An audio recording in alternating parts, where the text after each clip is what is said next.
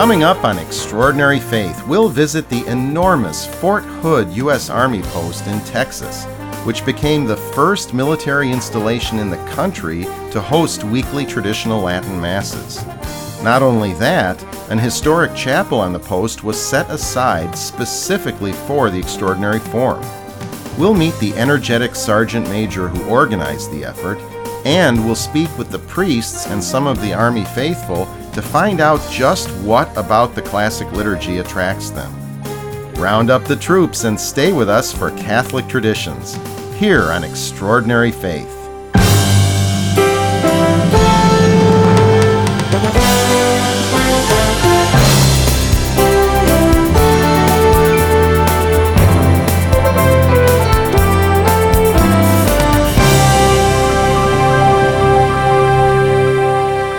Hello, I'm Alex Began. Welcome to Extraordinary Faith, a program that takes you to places near and far in search of interesting developments in the world of Catholic tradition. We're coming to you this time from Fort Hood, the United States Army post in Texas. A year before we filmed this episode, Extraordinary Faith was asked to train a Catholic chaplain here on how to celebrate the traditional Latin Mass. Training priests is one of the most important things our organization does, but little did we know how much fruit this particular venture was going to bear. We'll start by meeting the enterprising soldier whose idea this was.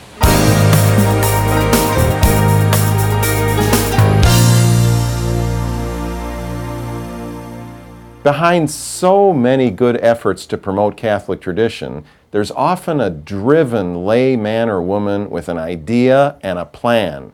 Here at Fort Hood, that person is Sergeant Major John Proctor. John, tell our viewers what a chaplain assistant does. United States Army Chaplain Corps consists of chaplains, who are commissioned officers and ordained ministers of religion, and chaplain assistants who are enlisted. The chaplain assistant is the one who integrates the chaplain into military operations, whether that's in a theater of war, getting the chaplain to where the soldiers need the religious services, whether they're Catholic, Protestant, Jewish, or other, or here at Fort Hood, just the day-to-day grind of making sure the right chaplains have the right administrative and logistical support in all our chapels, the outreach programs, the retreats we do, and things like that. How does that change in a combat situation?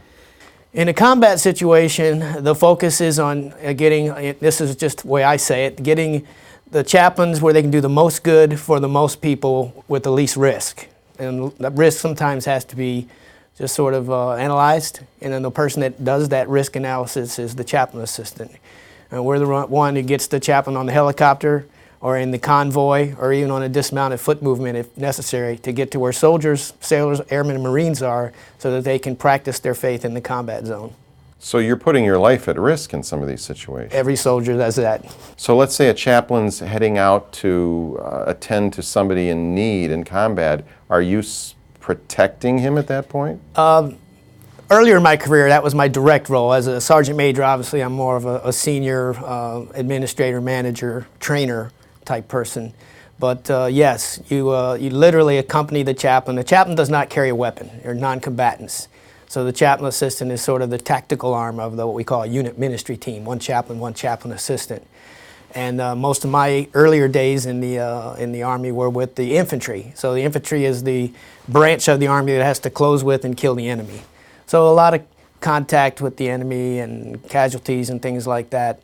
Most of it is, you get there late. You're not necessarily there when soldiers actually fall, but the memorial ceremonies, dealing with the survivors, helping soldiers who are affected by the trauma of combat to normalize that experience and get right back out there and continue to fight is one of the things we do in the Chaplain Corps. Let's bring it back here. How did you get your motivation to start a Latin Mass at Fort Hood? When we got to Fort Stewart, Georgia from Korea in 2011, one of the first things that we wanted to do was actually go to a Latin Mass and see what it was like. And so that was my introduction to tradition.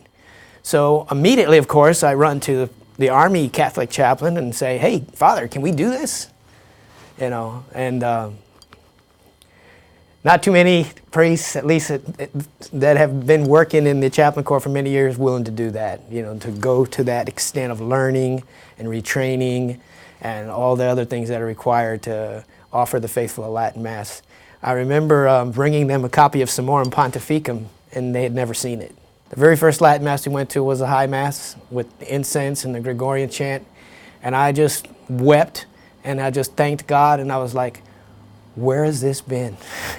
Where has this been? This was the Catholic Church I was reading about in those encyclicals. You had no congregation, no publicity, no nothing. You were starting with absolutely zero, and yet this was not a challenge to you. You just did it.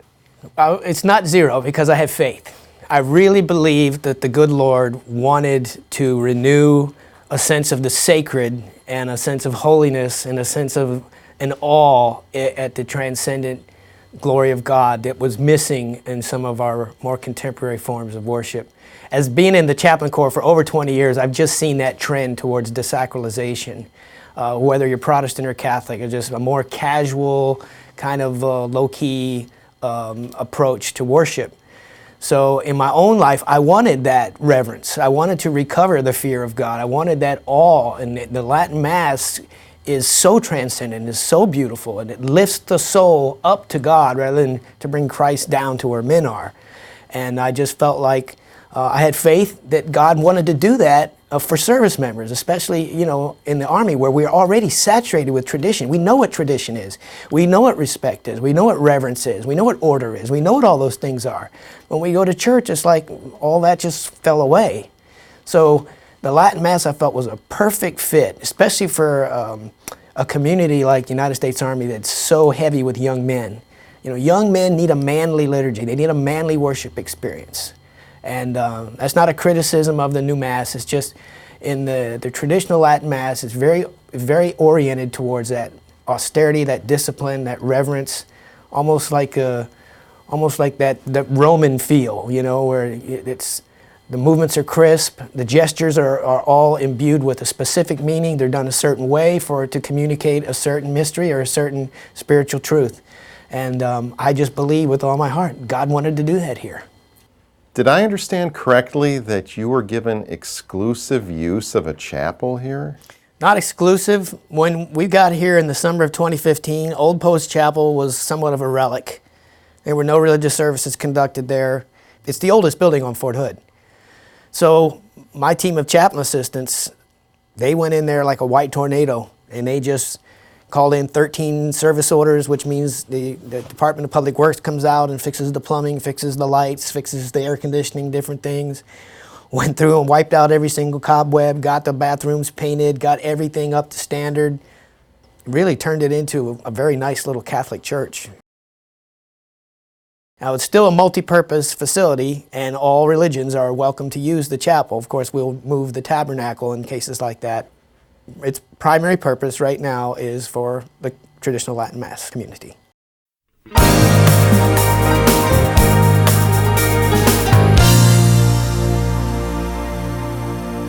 While there are many people who work and live on an Army post, there's no question that the main group of the faithful to be served are the soldiers. And we are joined with some right now. I think one of the first questions that I have, and I think our viewers might have, is what role does your faith play in your life as a soldier? I mean, from where I sit, it's kind of two-sided, because on the one hand, sometimes the job puts you in places where it's hard to practice. My experience in Afghanistan was tough, because there's never enough priests. So it was kind of tough. I wasn't able to go to Mass as much as I wanted. So the job can sometimes make it harder to practice in a community. On the other side, for those that are there with you, it's a pretty amazing experience. And it means a lot more when I am able to sit with my wife in Mass and to go and celebrate with other folks in uniform. It means a lot more. Joey, apart from worship, what kind of role does your Catholic faith play in your life here? Well, the Catholic faith should play, the primary role in anybody's life.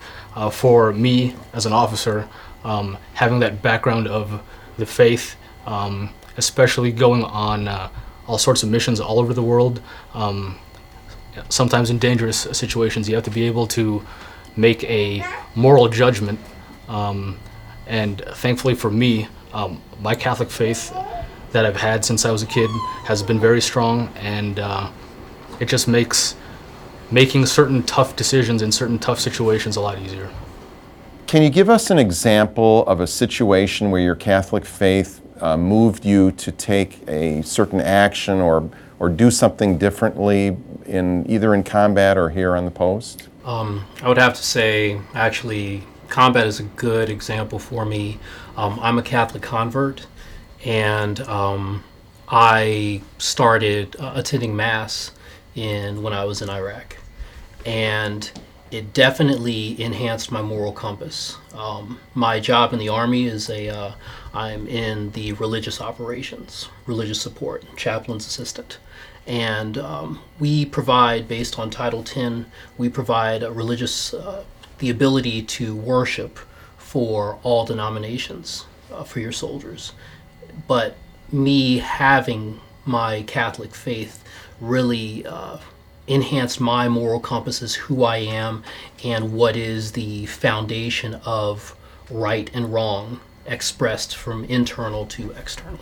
Now let's talk about tradition. That's what the subject matter of our show is. Why tradition? Why here? Why now? What's the appeal? I came to the faith while I was in college, actually, coming from a Southern Baptist tradition. Part of what drew me to the church while I was in college was a continuation. There's something more, there's something that connects, that the Catholic Church has, that I think a lot of traditions fail to address. So when I first heard the opportunity to be able to attend the Latin Mass, I said, "Oh, I didn't know that was something that was really still practiced." So it was very interesting at first to try this out. I don't speak Latin very well, so it's sort of eye-opening, the first chance to get to do that. But what immediately struck me and why I really want to continue and support is an opportunity it's much more reflective, and I think it's much more focused in a way that always noise detracts from. So that's a huge part of what sort of motivates me to continue to support and continue to be a part of that. Have any of you gentlemen had experience with the Latin Mass before coming to the Army? Yes, I have. What I would consider my home diocese is the Diocese of Oakland, and even in the indult days, there has always been a parish there that served the faithful who desired the traditional Mass. So once I discovered, that my home diocese offered the traditional Latin Mass, my parents wouldn't indulge me, like maybe once or twice a month. We'd go there for Sunday Mass, and there's just something about it that always stuck, because when I was very young, the first thing I wanted to do was be a priest, and my first memory of Mass was there was a very, very good priest who would chant in the preface tone, in English, obviously, in the old translation. However, as I grew up, it kind of went away, and the first time I heard it again was at John Paul II's funeral. But outside of that, I never heard it again until I went back to the traditional Mass consistently, and just that link to my first very memorable experience of Mass as a kid, that's what awakened this love of tradition for me. Could you elaborate a little on what brought you to tradition here? It's a feeling like I haven't had at any Mass. The understanding the why the liturgy is how it is, what the tradition is, truly experiencing the liturgy in action. And for me, it's an experience that, again, a Catholic convert, being in the realm of non-liturgical, it's awe-inspiring. It's awe-inspiring.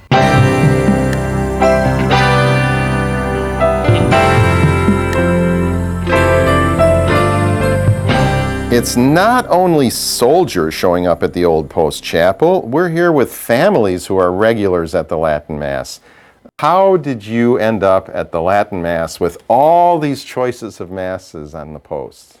I was introduced to the Latin Mass actually through your show. You did an episode at a California mission.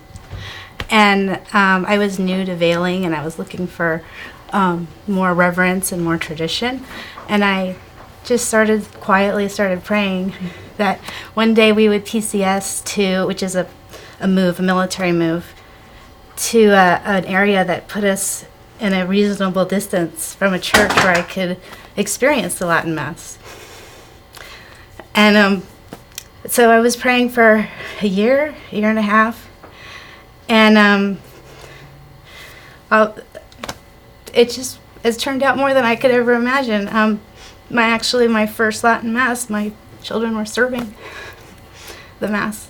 Impressive. So God answers prayers. So you not only attend your boys' are altar service. I like this. This is good. Rachel, how did you find out about the Latin Mass? We arrived here about 2 months ago, and we were going to the 9 o'clock Mass, but we heard that they did have a Latin Mass, and we've been very drawn to tradition, and it was just something that we felt drawn to. And going, it was just beautiful. I remember coming home from the first Latin Mass we attended and crying, because I was like, it was just amazing how much reverence and how the music and you really could just feel that God was there in a way that I hadn't experienced before.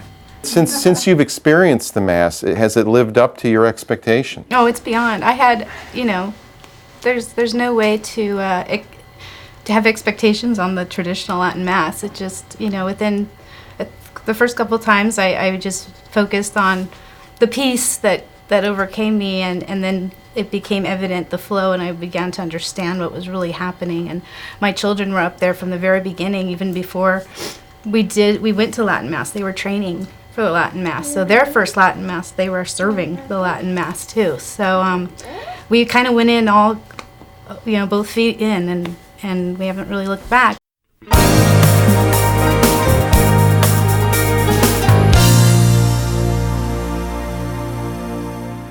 One of the first volunteer groups you need to assemble when planning a Tridentine Mass is an altar server team.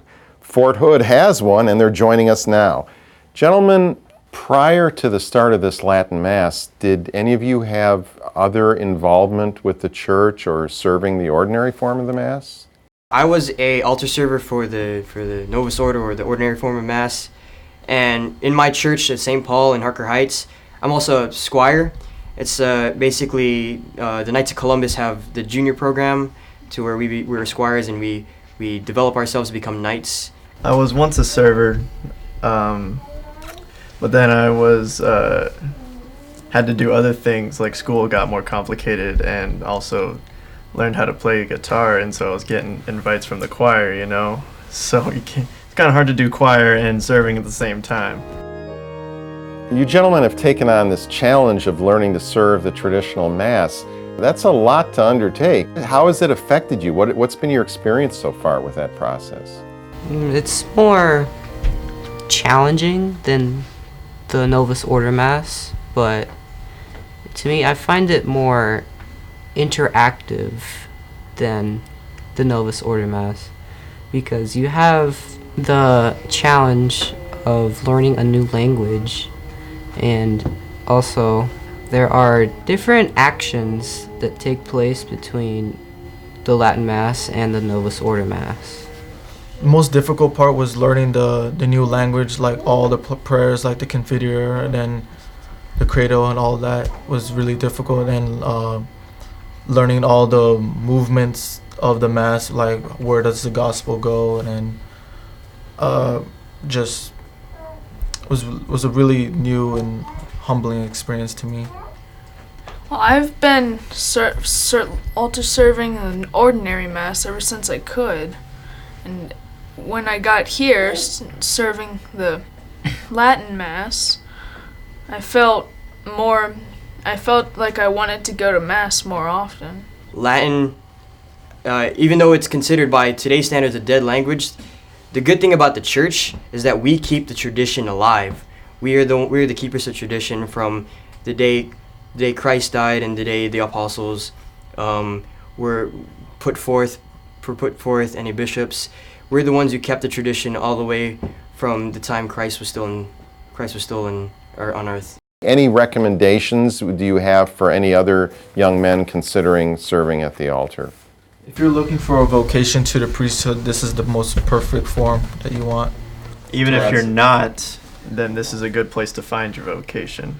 That, and it's a good place to find peace, because in the Latin Mass, it's I want to say this: when you speak in your own tongue, you curse in your own tongue, you do anything in your own tongue.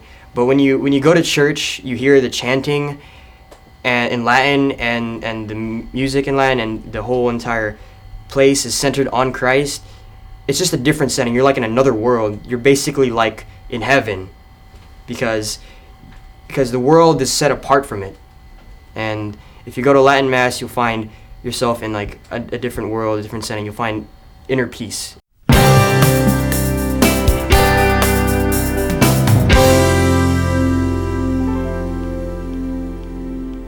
Most of us are somewhat familiar with the life of a typical parish priest. The life of a military chaplain, however, is quite a bit different. Father Lito Amande and Father Jose Herrera are here to help us understand what their assignment entails. Father Amande, are chaplains part of a diocese? The one endorsing Catholic chaplains, sole endorser in the United States is the Archdiocese for the Military Services. I am on loan to the Archdiocese for the Military Services. My diocese incarnation is still a diocese back in the Philippines, the Diocese of Borongan. Father Herrera, how are chaplains assigned to a given location? The Chief of Chaplains is are the ones that assign the chaplains, Catholic and otherwise, to the installations across what we call CONUS, which is here in the continental United States, and also assigns the chaplains overseas, what we call OCONUS. And so they have their own criteria for, what do we need in that particular installation, how many priests are required depending on the size of the installation. So they make all those determinations and assign us where they see the needs of the Army are best met. I only have one tour under my belt. I only deployed once to Afghanistan. I actually deployed with 3 Corps. You subject yourself to danger, but you go there to bring Christ to soldiers, to other camps, so that they can get to be able to receive Him in Holy Communion. They can go to confession. So that was what actually kind of, for me, I was more of encouraged to still continue on, despite, of course, knowing the danger. Because I also hear I have friends who were with the intel, and they would tell me, this is what's out there. This is what's out there, be careful. But yet, I have to, of course, set that aside, not allow the fear to kind of control me, but still get out to be able to bring the sacraments to those who are in need of the sacraments. What sort of impact does the combat experience have on a soldier's faith? I think it varies, because people's faith levels are different. The ages of those who experience combat are different. Their life experiences are different. Their faith formation is different. And their experiences of battle are different. So it's all of that, you can't say, well, this is the effect that combat is going to have on the faith of a soldier, because for some, it's going to deepen their faith. It's going to make them more confident in the beliefs that have been handed on to them by their parents, grandparents, by their community of faith. But for some, it's going to make them call it all of it into question, and just depending on what the experience of combat was.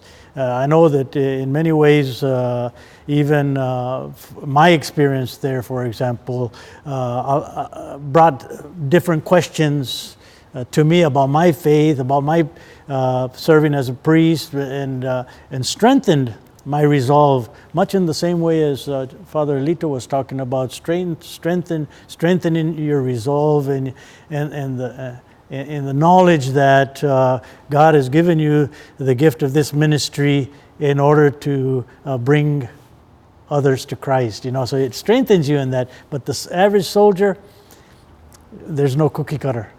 There's just all kinds of, some good experiences, some where they come back much stronger in the faith, and some that they come back questioning everything, not just their faith, but even their very existence. So it's a difficult question to answer. Fathers, both of you have undertaken to learn the extraordinary form in the past year. And I recall that one of the first things you did here on the post was to hold a memorial mass for Father Chaplain.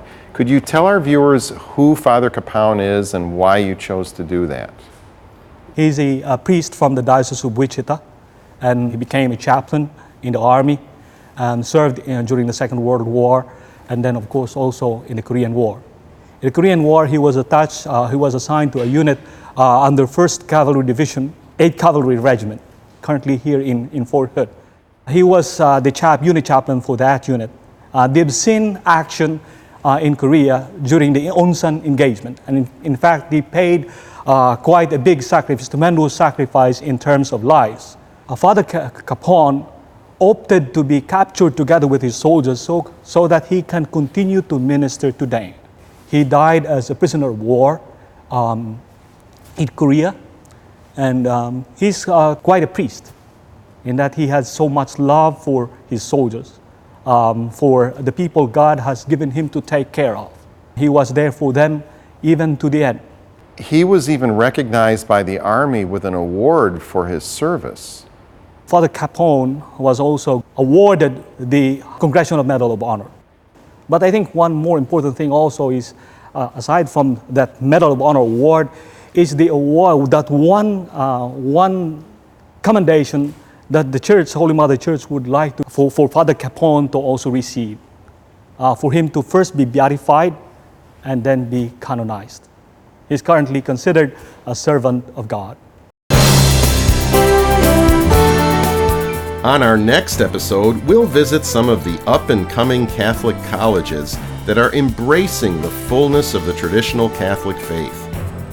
We'll learn how their curricula, their liturgies, and even their architecture encourage the appreciation of authentic beauty while forming educated faithful.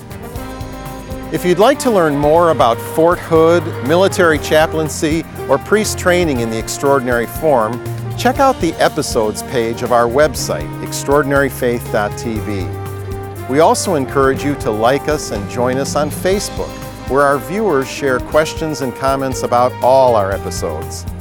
Thanks for joining us on this visit to Fort Hood, and be sure to join us next time as we continue to explore inspirational Catholic traditions here on Extraordinary Faith.